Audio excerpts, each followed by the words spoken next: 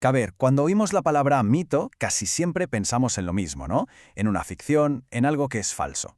Pero lo fascinante es que para las sociedades que los crearon, los mitos eran, de hecho, las historias más verdaderas que existían. Es una idea que, la verdad, lo cambia todo. Y es que el conflicto nace de la propia palabra. Hoy en día, decir que algo es un mito es casi como decir que es una mentira. Pero en su origen, para las culturas arcaicas, un mito era justo lo contrario, una historia sagrada, un modelo a seguir, una verdad fundamental. Son dos mundos, dos formas de entender la realidad metidas en un mismo término. Y esa es la gran pregunta que vamos a explorar juntos. ¿Cómo es posible que una palabra pueda significar una cosa y su opuesto? ¿Qué entendían de verdad por verdad las personas que vivían a través de sus mitos? Para desentrañar esto vamos a seguir un camino muy claro. Primero, vamos a ver qué es un mito más allá de lo que dice el diccionario moderno. Después, exploraremos su función, que era vital. Luego viajaremos a su origen, al nacimiento de la conciencia humana. Y terminaremos viendo cómo el mito cobra vida a través del rito. Venga, pues empecemos por el principio. Vamos a olvidarnos un momento de lo que creemos saber sobre los mitos y a buscar su esencia más profunda. La clave de todo está en esta definición del gran historiador de las religiones Mircea Eliade. Un mito no es una historia cualquiera. Es, y esto es fundamental, una historia de creación. Nos cuenta cómo algo empezó a ser por primera vez. El mundo, una isla, una especie animal, la muerte, incluso una costumbre social. Es siempre, siempre una historia de origen. Y ojo, que esto no es una teoría académica que se nos ha ocurrido ahora. Las propias sociedades arcaicas hacían esta distinción perfectamente. Por ejemplo, los Pawnee o los Cherokees distinguían muy bien entre las historias verdaderas, que eran los mitos de origen que les afectaban directamente, y las historias falsas o fábulas, que eran cuentos, a veces divertidos, pero que no cambiaban nada de su vida. Entonces, el punto crucial es este. Un mito es sagrado porque narra cómo lo sobrenatural irrumpió en el mundo. Se considera verdadero porque la propia existencia del mundo, o de la muerte, o de nuestra especie, es la prueba de que esa historia ocurrió. Y lo más importante de todo es que se convierte en el modelo a seguir. Vale, entonces, si un mito es un modelo, ¿qué función cumplía exactamente en el día a día de una comunidad? ¿Para qué servía? Aquí, el antropólogo Bronisław Malinowski demostró que el mito no era una especie de ciencia primitiva o una simple explicación. No, era un pilar de la civilización. Es el código que establece las creencias y valida la moral. Da sentido a los rituales y, sobre todo, ofrece una guía práctica para vivir, calmando esa angustia existencial al darnos respuestas. Y esta cita de un antiguo texto hindú lo resume de una forma, brillante. Resume toda la filosofía. Así hicieron los dioses, así hacen los hombres. Todo desde cómo casarse o cazar hasta cómo sentarse. Cada acto importante es una imitación de algo que hicieron los dioses por primera vez en el tiempo mítico.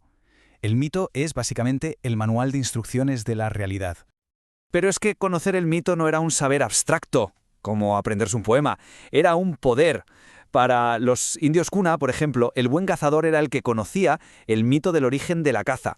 Recitar el mito de la creación del fuego permitía, según creían, tocar un hierro al rojo vivo. O sea, saber el origen de algo te daba control sobre ello, porque te permitía recrear mágicamente ese primer acto creador. Claro, esto nos lleva a una pregunta todavía más profunda. ¿De dónde sale esta necesidad de crear mitos? La respuesta, fijaos, nos lleva al amanecer de nuestra propia especie. Según el filósofo Edgar Morin, la clave de todo está en la muerte. La primera prueba que tenemos de pensamiento mítico no está en un texto, sino en las tumbas neandertales de hace más de 40.000 años. El simple acto de enterrar a los muertos revela una revolución en la conciencia. El ser humano, de repente, se da cuenta de su propia mortalidad. Y, claro, esta conciencia de que todo se acaba provoca una crisis tremenda. La respuesta, según Morin, es un proceso en 3 pasos. Primero, el acto físico, el entierro, muchas veces en posición fetal, como sugiriendo un renacimiento. Segundo, la respuesta narrativa, el mito, la historia que da sentido a ese más allá. Y tercero, la respuesta práctica, la magia y el rito, las acciones para garantizar que el paso a esa otra vida se haga bien. Y así es como nace lo que Morin llama de forma genial el Homo sapiens demens, un ser que es profundamente dual. Por un lado, sapiens, lógico, empírico, técnico, y por otro, demens, invadido por la imaginación, los sueños, la magia, el mito.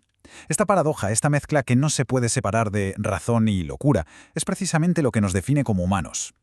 Y con esto llegamos a la última pieza del puzzle, la que conecta la historia con la acción, el mito con el rito. Como afirma el filósofo Jean-Jacques Sonnenburger, el mito y el rito son las dos caras de la misma moneda. No se puede entender uno sin el otro. Es imposible. A ver, un rito no es una simple conmemoración, no es como celebrar un aniversario. Es la puesta en escena, es la dramatización del mito.